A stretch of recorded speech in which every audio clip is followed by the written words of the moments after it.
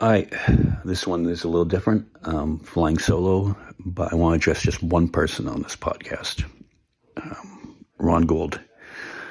You think that you can decide what we can and cannot read and how to parent, basically, is what you're trying to do. And we see what you're doing. So let's start off with, I was on Sirius XM last night with John Fugelsang. So we'll start with that clip, and then we'll go from there, okay? So this one's for you, Ron. Our guest joins us. MJ is on line 2 from Arizona. MJ, thank you so much for calling us on Sirius XM. Hello. Hey, what's up, John? How are you? Welcome. Hey, I'm doing good. I was watching the State of the Union last night, and I was so frustrated. I was texting my good friend Snow about it, and she goes, "You have to switch over to John Fugelsang's show." And I did, and it was brilliant. Oh, thank you. Thank you. But the reason I'm calling you is your book, Separation of Church and Hate, is in our local library in Deep Red, Arizona. Oh, really? And there's a waiting list for both the audio and hardcover copy. Mm-hmm. And that's so, great. Yeah, that's awesome. And I hope that we generate enough, interest in your book to make that happen. But in our county, our Mohave County Supervisor, Ron Gould, has taken upon himself to try to ban a book, Beautiful Something Else by Ashford and Otterloo, which has a non-binary character in it. And as a parent of a non-binary young adult, I took that as a personal attack. Good for you. To my child. And he's doubled down, and now he's had, a whole list of other books, like My Hero Academia. I don't know if this guy has, like, a weird anime porn fetish or something. I don't know. But if he does, hey, that's great for him. And I took it as a personal attack as a non-binary parent, because I believe that these decisions should be made up to the parent. Yes, exactly. And as a non-binary parent, these are very difficult conversations to have. And if this book had come out 10 years, ago, maybe my own child who suffers from depression would have felt more included in seeing. That's the kindest thing you could say, because I look with such shame at how American Christians treat our transgender brethren. And if ever there's been a group that could use the support of a religion based on love and acceptance, it's transgender children. And the anger I feel at these people who just are master race Christians, who just look for any excuse to be superior. There is nothing in the Gospels or in the entire Bible that says that somehow respecting gender identity is against Jesus. It's disgusting. We have species that change gender. We literally have species. The most awesomely named fish in the world, the slippery dick, can change its gender when it needs to. This happens. It's phenomena. It's not anti-God. Science is there for us to understand God's creation more. And so to me, when you can look at everything in the Sermon on the Mount, which commands you, Jesus commands you to treat transgender people the way you treat him. And I want you to listen to, because Bob Cesca is going to talk a bit about Sage Blair and that vulgar bit of theater we saw last night, the State of the Union. But you're doing everything right, man. If you love your child, that's what matters the most, because every trans child, like every cisgender child, deserves a parent who loves them all the way and supports them all the way. That's going to matter more than anything. Fuck these people. A transgender child now is growing up in a cruel world, but it's the friendliest world transgender people have ever had, and it's only going to get more friendly, and these haters are going to die off. Well, thank you for that. We were talking to our mutual friend, Joe Cauvin, the other day about this, and he had said, individual liberty for me, intrusive bigotry for you. And I thought that was a great quote. Yeah, that's how it is. That's how it is. They talk a good game about liberty until it's something they don't understand.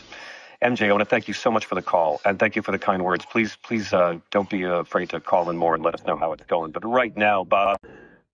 So there you go, Ron. That was the first part. And now I would like you to hopefully pay attention to the next couple parts, because this is how you're making people feel. Okay, so keep on listening, Ron. Fact check on everything. I spent all day working on it. Then I realized I don't think I care anymore. Everyone who knows, and the ones who want to believe the lies are going to be buying Trump's meme coin. But during the State of the Union, I want to talk to you about this. He claimed a Virginia teen named Sage Blair was, quote, forced to identify as male by school officials. Now, that's a lie. And the court record proves that's a lie. This appears to be a case where a teen was experiencing gender dysphoria and requested pronouns at school and then faced bullying, and Trump tried to frame it as government coercion on parents. I think a lot of folks didn't know what to expect, and a lot of liberals didn't know how to process this moment. Tell us, Bob, what was Trump actually doing with this person? He was playing up this lie that he's been telling for years now, which has emerged out of the Daily Wire podcast network, which is Ben Shapiro, Michael Knowles, Matt Walsh.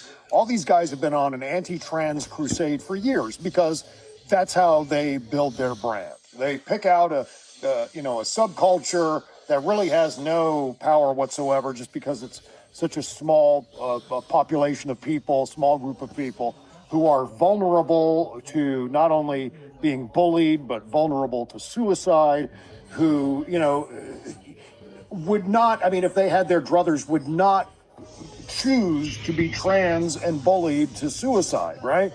And so they've been demonizing the trans community for years and years and years, talking about the Daily Wire podcasters.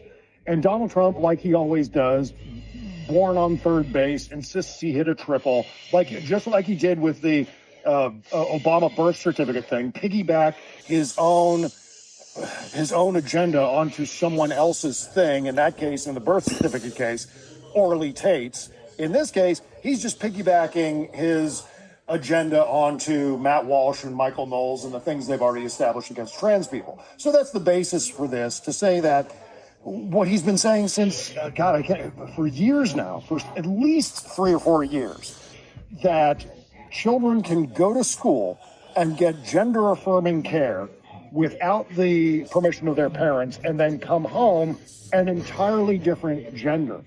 Yeah, because the liberals in schools allow that to happen. He lied because this is one of the 2 minorities that they're allowed to be brutal to. Hitler showed us how to do this. You pick a powerless, marginalized group. You tell them that your whole way of life is threatened by this powerless little minority, and only I can keep you safe from this powerless fucking minority that has never hurt you. And he does it to undocumented workers, and he does it to trans people. The Fourth Circuit already upheld a dismissal of the parental rights claim. So, literally, the courts have ruled on this. There was no government forced transition. I guess he can just present a legally rejected narrative as fact because he knows his base won't fucking fact check, and he's just feeding pre-existing fears and prejudices anyway. Yeah, and by the way, Sage was obviously, as we've established here, requesting to be identified as male. It was not forced upon her by school officials. That was not part of the equation at all.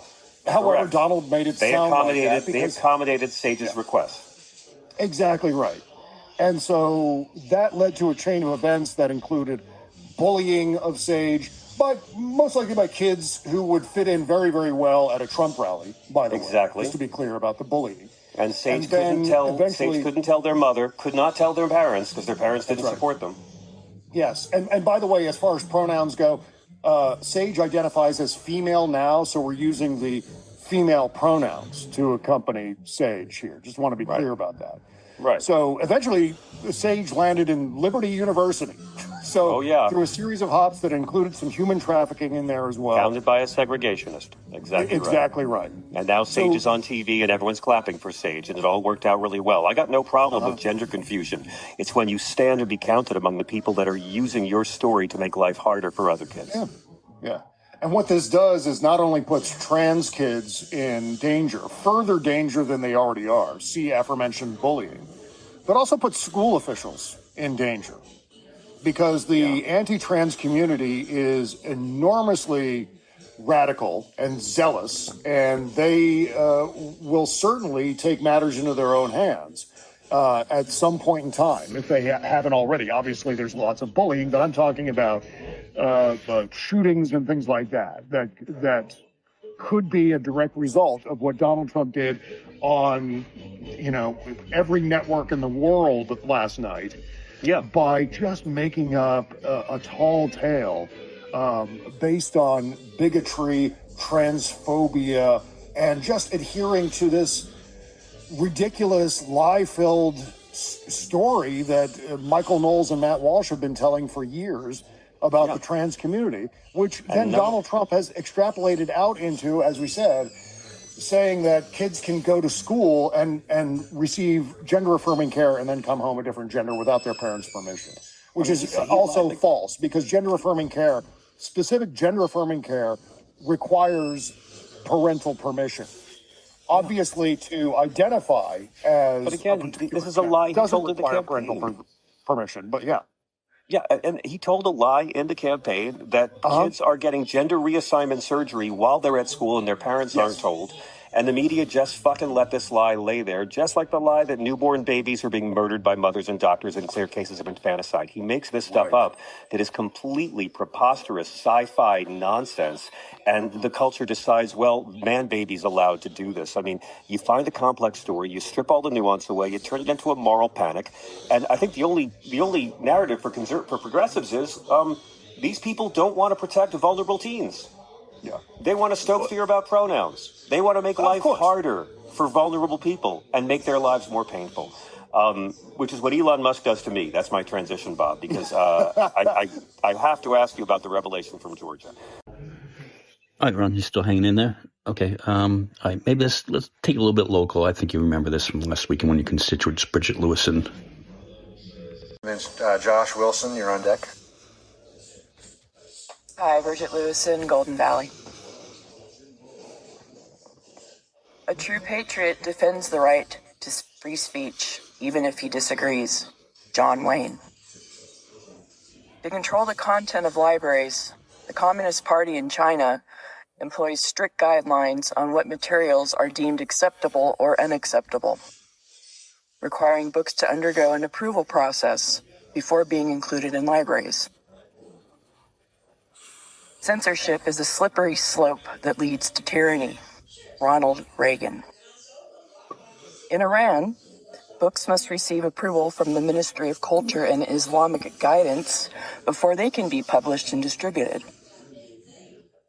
The marketplace of ideas thrives on open dialogue, not suppression. Rush Limbaugh. In Venezuela, the government has significant control over media and information, including books, and has the authority to censor books in libraries. Censorship is a tool of oppression. Joseph Smith. In Saudi Arabia, the government regulates the approval of books through the Ministry of Media, which reviews and evaluates books to ensure compliance with regulations. Censorship is not just a political issue, it's a fundamental threat to democracy. Sean Hannity. Without free speech, there is no such thing as truth. The moment you silence opposing voices, you destroy the foundation of democracy. Charlie Kirk. Thank you. Hi, Ron. I think you can agree with some of those statements there. Right there. It's all about freedom, right? Okay. Freedom. That's what it's about. Okay. All right. Hope you pay attention. You want the attention? I'm going to give it to you.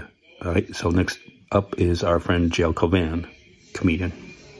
Low hope for the future because we don't have we have a dysfunctional, well-meaning party, and we have a completely not well-meaning party that is not that dysfunctional because their function is to destroy government and to not deliver for people. Like that, they always talk about they hate government. They want to be in government so they can dismantle government. You know, what job would you ever hire someone? You know, I want a plumber. His goal is to flood my apartment. No, I'm not going to hire that plumber then. I need a plumber who will stop the flooding, not get me to move out of my apartment. And, well, and they want small government, but then they do stuff like, we'll go to local here in our district, our Board of Supervisors for the county. District Class Supervisor Ron Gould wants to ban a book just because it's about a non-binary character. Now, I have a non-binary young adult, and so this struck me pretty hard, and I jumped all on my little bandwagon, got on my soapboard, I wrote the local papers and stuff like that. The book is A Beautiful Something Else by Ashman Otterloo. I'll just give them a plug. But what do you think about the government trying to step in and telling us what we can or cannot present to our children to read? If I can give you an example first from my campaign to illustrate what I think of this. One of the events for the candidates was at this organization, this nonprofit, where I'm probably going to send most of my leftover money to as a donation. They work with HIV positive people, with trans people, with, LGBTQ people who are either homeless or have been shunned by their families, any number of things. It was a really inspiring sort of event, not because, I said my piece and we all said our piece, but talking to the people after and learning about this organization, it was very moving because, I try to stay informed. Obviously, I read the paper, I vote, I do all the normal things. But you realize there's a lot of groups out there doing really hard work, anonymously or low-key, that are really important for individuals and families. And I talked to this one woman after who was telling me that, she was very upbeat, I think because she felt community and safety there and support. But she was saying her son is trans. She has a trans son who's whether a junior or senior in high school. And she was saying, we had to move. Like we had to look for a community where we thought he'd be safe. And this is New Jersey. This isn't Alabama or Florida or somewhere this is New Jersey. And they needed to move someplace where they felt safe and that their son could feel welcome. And I said, this was just a new experience to me because I always say I stand with, this community, but now I'm like actually talking to somebody who's telling me about their daily experience. And she said, I said, do his friends know that he's trans? Like if this is like such a sort of secret operation? And she said, only his very closest friends know. So a lot of the acquaintances and friends of this person have no idea. And she said to me, when we're looking at colleges now, we'd love to just look for what's the best school you can get into. But they're looking for the school that will be most welcoming, most safest, the kind of environment where they will not have to be stressed all the time worrying about their son and is their son okay? And they'll always worry, obviously, as parents, but in a way that's like, you just worry normally, like a normal set of parents. And that was so eye-opening to me because, to bring it back to your example, the small government, the stay out of our lives, individual liberty people, individual liberty for them, intrusive bigotry for you. And the idea that this woman is moving communities, is in consultation with doctors about the treatment of their son, that you're going to pretend like this woman so that you can demonize them is their kid just went to school one day and the school made the kid trans and we've got to stop this. It's that dumb. I'm not speaking of the rhetoric is that fucking stupid. That it's like, and I'm sitting here with a woman whose entire life is geared around the safety and comfort of her child. And you want me to believe that this is a person who's just harming their child and doesn't care. It's just consultation, between a medical provider, if I don't want to take a vaccine, that's my medical privacy. But if you talk to a doctor over years about the treatment of your child in a very difficult, world-changing, life-altering move to change genders, you want me to believe that doesn't warrant any protection or respect of privacy or family. Okay. And then you want to, and then the looking at all the hoops they have to jump through, ignoring that, and then further demonizing these people, making their lives more miserable as they just try to find some place where their child can be safe and happy is disgusting. And so when it comes to that's how they're treating the people. So a book banning is nothing, because that's just trying to foster a further culture of discrimination and hate. Like, so the book banning is an afterthought to them. That's just how we reinforce in everybody's minds that we don't respect these people, and we don't respect their journey, and we don't respect their rights.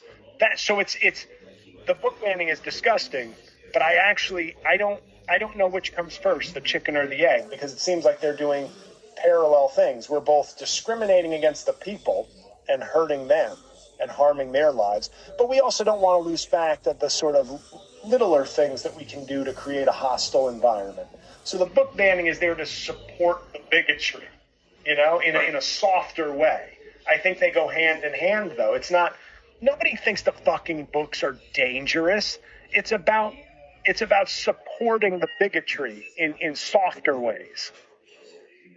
Right, and I think Mr. Gould is personally doing this just to build his brand on it. And if it wasn't for some of our local friends pointing out what happened in that meeting, this would have just gone under the rug. No one would have noticed it. And they would have, of course, taken this book out and then be allowed to go, what other books don't we like? And just start from there. Thank you for that answer, though.